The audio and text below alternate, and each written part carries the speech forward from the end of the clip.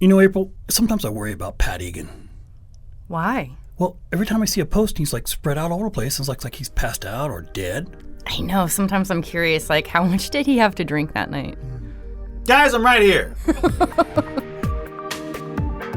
Welcome to the Sacramento Media Center podcast. I am John Christensen, the manager-director of the building, and with me is my wonderful co-host, April Potter.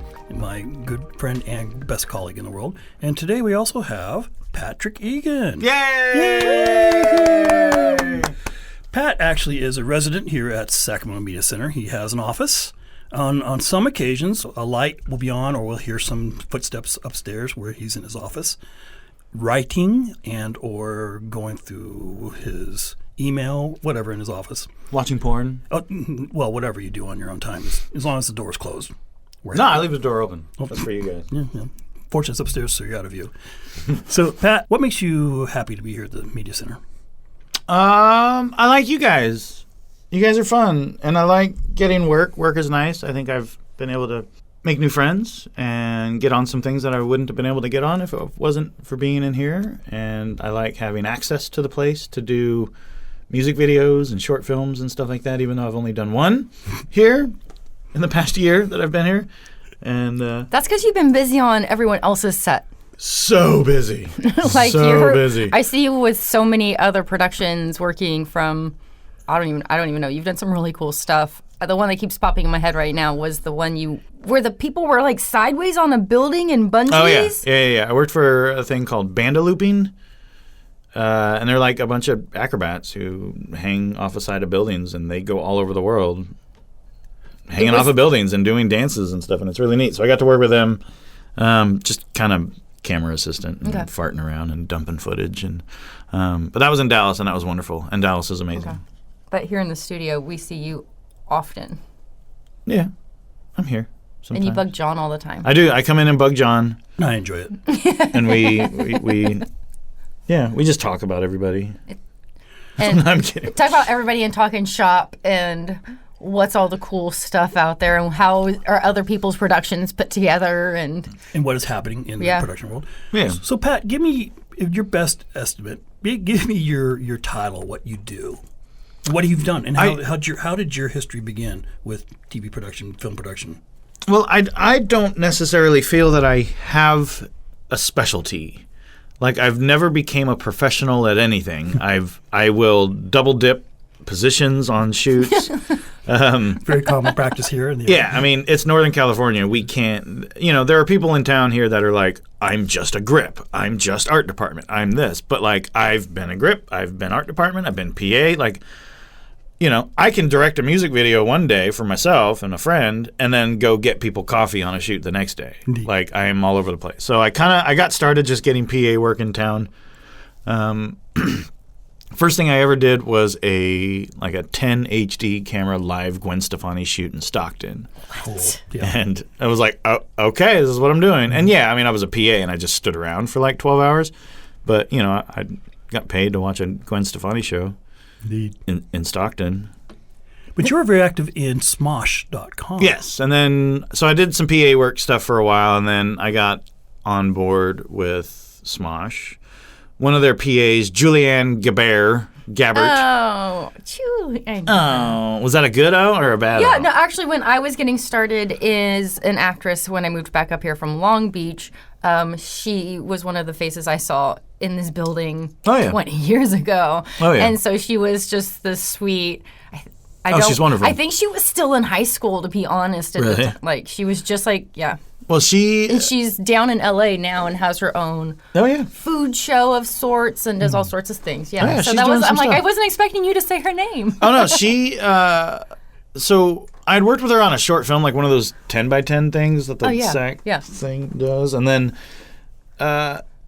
I was doing a short film with a buddy, like a fake trailer about Cupid or something stupid. And she, I wanted her to do it. And she was like, okay, I will do it if you cover my Smosh shifts, because I'm a PA. Like, I'll do this for free. I'll come run around your dad's backyard barefoot, with Lee with a chainsaw, if you cover my Smosh shifts for free. And so I was like, that sounds great. So I covered a couple of her Smosh shifts for free, and then I got, hired on as a PA and then eventually art department. So technically, that short film that I made 10 years ago about Cupid chasing a girl around with a chainsaw was the smartest thing I've ever done. And then I worked for Smosh for like 8 years after that. I went from art department to lighting to shooting the behind the scenes once they moved to LA. And this is what I love about this story, because we get asked a lot by interns and students, hey, how do you get started? And you did a perfect example. You just do your own thing for a little bit. Get your feet wet, even if it's going to be a crappy video. You skill up too, do your courses and everything else. Yeah. But if you really want to get noticed or at least get involved in something and be seen, you just kind of have to go out there and do your own thing. And it's easy to do now. I mean, a small, teeny, no-budget film or short can be done with a small crew if you have to. Yeah. But at least you get experience. Yeah, do it. Just keep, put things out on Facebook and Instagram and just Which YouTube. Back in the day we didn't have. So it was like, I know my first feature, we'll call it the first feature film where I was a lead actress in, I got cast for that film out of this building. Really? Mm-hmm. That was Hollow Sacrament. Oh, yeah. Yes. Oh my God! I know the guy who made that movie. I actually went to high school with him. He was a good dude. Yeah. Yeah, that was But he made a movie. It was intense, and it was not just making movie. So I went from actually being cast as a supporting role to getting bumped up to the lead female role, and then it got distributed and bought by Lionsgate, and so my friends used to call me back in the day being like, I just rented you off of from Blockbuster, and I just purchased this film off of this. I'm like, wait, what? Yeah. And I started getting really random emails and things, but it was funny because the film community, that's where I met so many people. My start was as an actress, being an extra and doing all those things, and then having really random experiences in front of the camera. Did you like that movie? Okay. I just really like. Did you feel the dead air? My favorite part of that movie, because it was like I can't even talk about it. Well, I mean, my favorite part of that was like they had a helicopter, or like a helicopter came by while they were filming. So there's like just and it's in the movie. There are just shots. They filmed a helicopter flying around for like 4 or 5 minutes and put all 4 or 5 minutes in the movie. They're just like, look, we got a helicopter. This is awesome. It's terrible. Well, that's why they probably spent a lot of money on it. Yeah. Well, I mean, it was really fun. There was so much to learn. I didn't have a lot of shoot dates, which was nice because it was the dead of summer. But yeah, it was great to meet everybody and then see the different roles, because it was my first time being on a film set in that capacity. It was always really, really small and all of that. It's intriguing how, and that was shot here when this place used to be the studio center, which has been here for 21 years, and then, of course, we took over a year and a half ago. It's funny how this comes full circle. Used to work at a record store where I actually had one of my hosts who was working there for Raw TV way back in the day in 97. Oh, Tower Records? Tower Records. Are we not allowed to say Tower Records? Yeah. We can say Tower Records. We can say Tower Records. We can say anything, right? This is a podcast. They did. It's a podcast, and it's the reality of it. It's facts. It's facts. Yeah. And but this comes full circle, which is interesting. I think what surprises me is that very few people realize one of the most popular and famous YouTube channels, Smosh, started here in Sacramento. Yep. I mean, I even know our local news agencies don't even know that. Yeah. And you've worked on the set for many years here when it was on X Street. 8 years? 8 years. Yeah. And then they finally moved down to LA, and some people went, some people stayed. And now we have a full crew here in Sacramento who worked that. Didn't have any work after that. Yeah. And then, but it's neat to see a lot of you guys come here to the media center and get new employment for all kinds of fun stuff. Today, right now, there's a set being built in Studio A. Here's the interesting part. You and I and April, we've all been on sets before, from big to small to even our own independent stuff to whatever. We kind of learned the set etiquette pretty quickly, didn't we?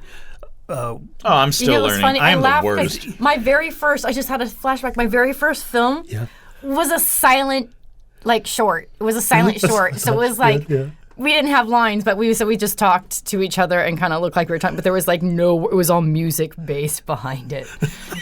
And so it's like a Charlie Chaplin. Kind of, and you just got to start somewhere. You got to start somewhere. You were on Smosh though once, weren't you? 3 times. I remember I had a picture of you years ago. Because they had you in a box, like you were like a robot. That was the Hot Robot. The robot. That was Hot Robot. Where it was funny because I watched that the other day just randomly. Really? And it has 17 million views. Yeah. But Pat, let's say someone comes up to you, because I get this question a lot too from interns or kids. They want to know, hey, what's the best advice you can give me if I'm going to start out as a PA, or how can I build my resume up? What should I watch out for when I'm on set? when you're on, be a silent ninja. Yes. I mean, I'm not, like taking my own advice because I'm kind of the worst. I'm a loudmouth, and I'm Now you are, but you know when to be quiet and pay attention. kind of. Yeah. I mean, I love that face you just like, made. Oh my God. I mean, I do, but I catch myself. But I would say just be like a silent ball boy. Like be the like overambitious kid at a tennis match who's just like, I'll get it, but. You have to let your ego kind of go for a bit and do the work. Yeah, put me in, coach. But I mean, also, the hurry up and wait game is a thing. It's real. Because there are times when you're just like, give me something to do. If you keep asking a producer, give me something to do, they'll have you plunge in toilets. Like just, or taking a car to the car wash. Yeah, like be aware of like if something needs to be done or looks like it needs to be done, like picking up trash and that. But I mean. I'm 37 years old, and I still do that. I still take PA jobs, and, but I'm also a smartass. And, right. When I'm asked to do dumb jobs, I like to make them feel bad about it. And he does. Like I was on they all love it because they laugh their heads off. Oh, yeah. I was on a shoot out in Nevada, like out on this ranch and stuff, and it was, and I was just a PA, but it was like 5 days. So it was like, all right, the pay will be fine. So... there wasn't a whole lot of film work stuff to do for the PAs out there. So the guy who ran the ranch kind of started to ask us to do ranch stuff. And I was like, dude, Can you bring in the doggies? I was like, man, I'm all about busy work, but I am not going to be shoveling shit for you. Like it's not going to, I'm too old. That's not going to happen. The lower 40 needs plowing. So... he kind of plant his garden. Yeah, he was kind of asking me to do stuff like that, so I was like, okay, and I just walked down the street to there's an alpaca farm down the street, so I went and played with them and pretended to be working. You're like, give me a brush, I'll brush them all day. Oh yeah. You learn how to look busy, so no one asks you to do it. Like a while ago, I was on a lot of those casino commercials and stuff like that. Like I've been in a few of those. Yeah, where you're out in Thunder Valley or whatever, and you want to like, all right, I'm busy. So what you do is like you have your headset on or whatever, and you just like hold one hand up to your headset, like you're listening for instructions. Right? Look around like frantically, like you're like looking for something, and walk fast. People will think you're busy, and they're not gonna. When really you're just walking back and forth from naps in the bathroom. I was never a PA on those. I was always the extra or someone that has been cast as something in there. So you're like, I would go home with the worst smile headaches from me, like, the grin, so I'm so happy all day, and I love the slot machine. I love gambling. Like, oh my God, I'm broke now. Yeah, people don't have that much fun gambling. They just don't. No. Did you work on the big Thunder Valley commercial with the bear? There was a big giant bear. No, I didn't do that one. Oh, damn it. I've done Atlantis Casino. I've done Calusa. I've done Red Hawk. When the first Red Hawk, when it first opened? Yeah. Yeah, I was on that one. Yeah. That was the one where everyone was just like, yay! They were so happy. I love them, but it literally, like, your face hurts by the end of the day. You're just like, smiling and then people were like, why are you so grumpy? And you're like, I can't move my face any other way. Like, it's stuck. Yeah. Like, just in frown mode now. It doesn't want to lift. I was a PA on that one, and I remember they were so, like, I remember they asked me, it was a Sunday. They asked me to take money orders. They're like, find a bank and cash these $5,000 money orders. And I was like, it's Sunday. Yeah. Where, You're like, and I look like I just robbed something. Banks aren't open on Sundays. just saying. And so I was like, and we're at a casino. Right. Like I'm sure we can figure out a different thing. But then I remember the producers asked me to take, they're like, can you drive us back to the hotel after the shoot? And they wrote us checks that day. Like they printed us out checks. And I was like, cool, I'm done. But I still got to give him a ride to the hotel. And I was like, fine, whatever. And he's like, hey, let's stop at In-N-Out. And I was, no.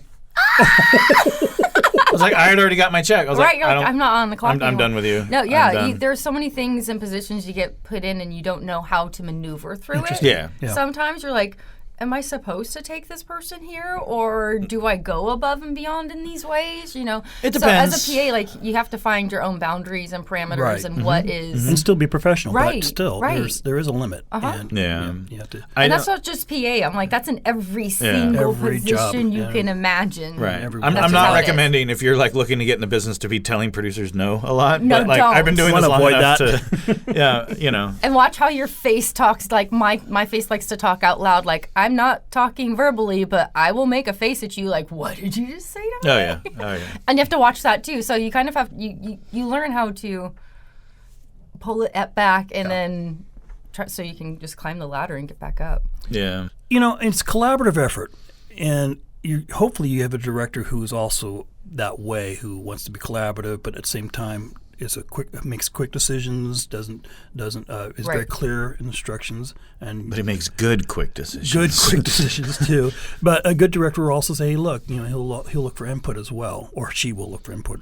Pat and I have been directors many times, and I've also being here at the media center, I'm able to, we're in the front office here, and we just work and do our commercial work while the whole building's being used around us, and we're always available for people when they need a paper clip or whatever. Oh God! But it's always funny when I hear you hear the type of caliber of person who comes in, and let's say they are an actor, and or a makeup person, or an art person, or a grip person, or electric.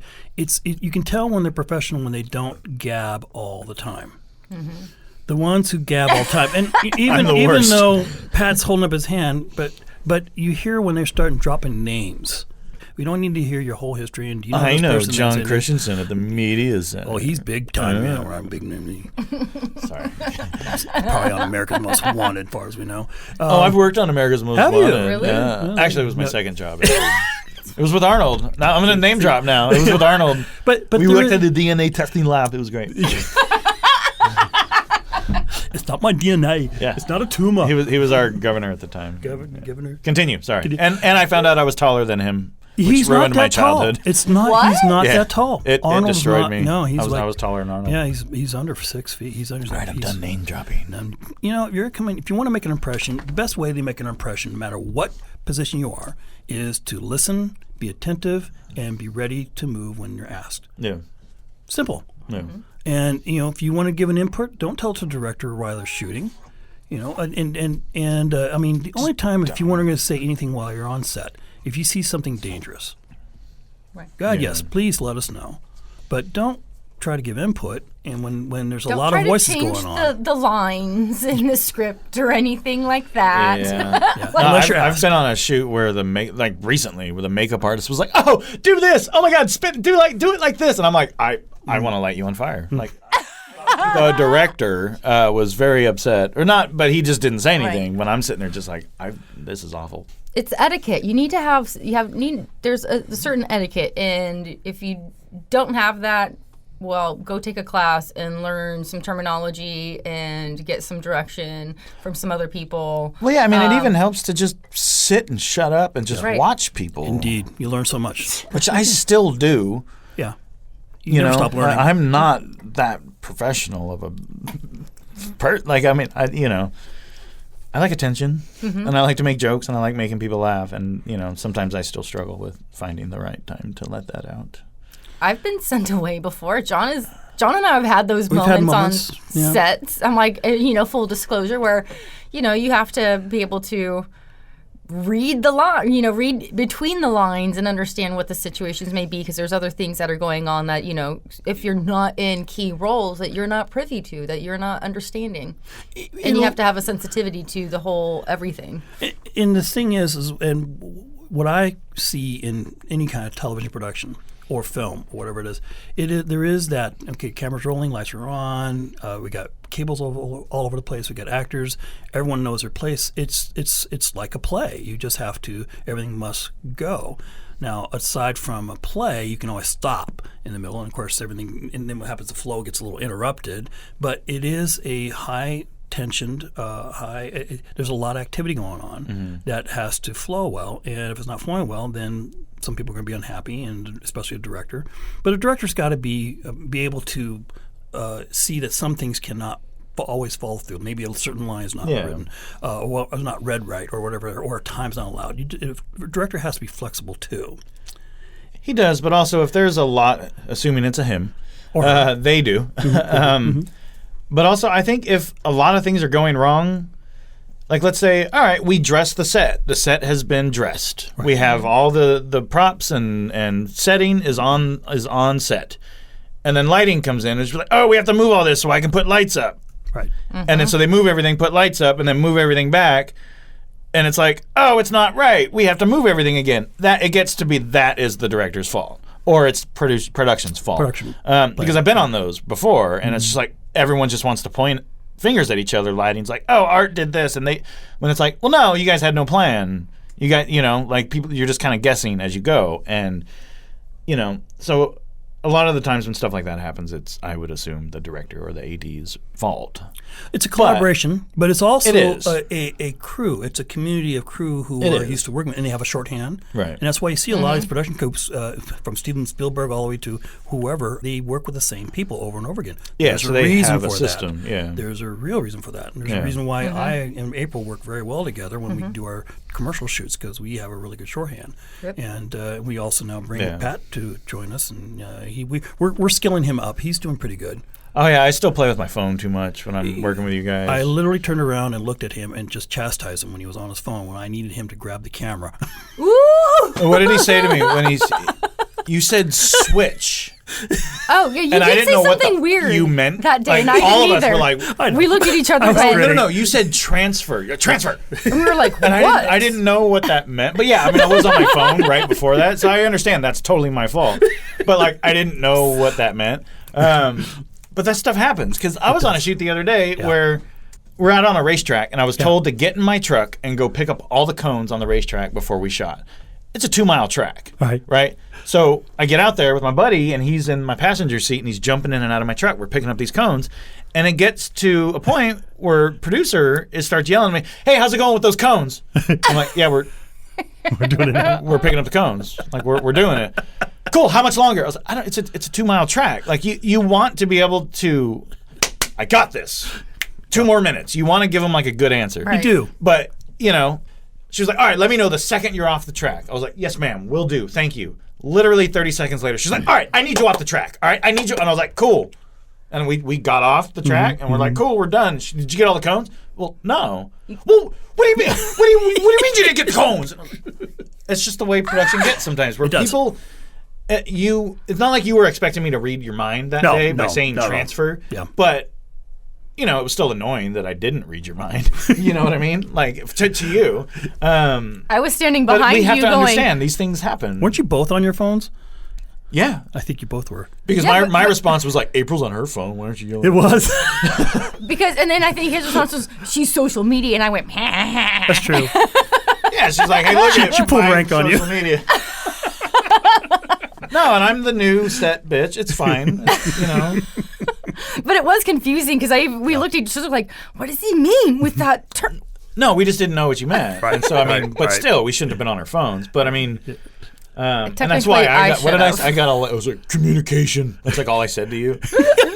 It's like, and Phil Under was like, breath, no, we don't have the that. The client didn't hear that, which is important. I think that's the most important part. Yeah. We have to look like a well-oiled machine in front of the client. That's we the do. other thing on Yes. sets is know who the clients are and stay away from them. Yep, like, depends on who they are. Smile, shake their hand if they want it. Respect Don't them. assume that they want you to even look them in the eye. Yeah. Yeah. You can be like, "Hey, you want some coffee or water or something?" But like, just try to avoid them. So, any other advice for the young upstarts who want to, make it big in this world? We're all trying to make it We're all big. still like, trying so to I'm like, do I'm it, like, don't listen to your parents. I'm kidding. I remember I was watching an interview with like these kids were trying to interview Kevin Bacon. Yeah. And they were like, "What would you recommend? What's your best advice? What should we learn to do to become a good actor in Los Angeles?" And he goes, "Learn how to wait tables." I don't know if that actually applies to anything, but we all start somewhere. we all start somewhere. My dad always asked me, "What's plan B?" And I never had one because this is what I'm doing. I think what Kevin Bacon was saying when he said that was have a job that sucks really bad that makes you want to work harder towards what you're doing. So before all this, I worked at a Marriott, and I carried people's luggage for like 4 but years. that's customer and I hated service. it. Like, you're literally humbling yourself and having to put on a character for each person that is walking up to you that you're not anticipating. So you're constantly creating a different persona. Yeah. And so being in those places, like I was a personal shopper at Nordstrom.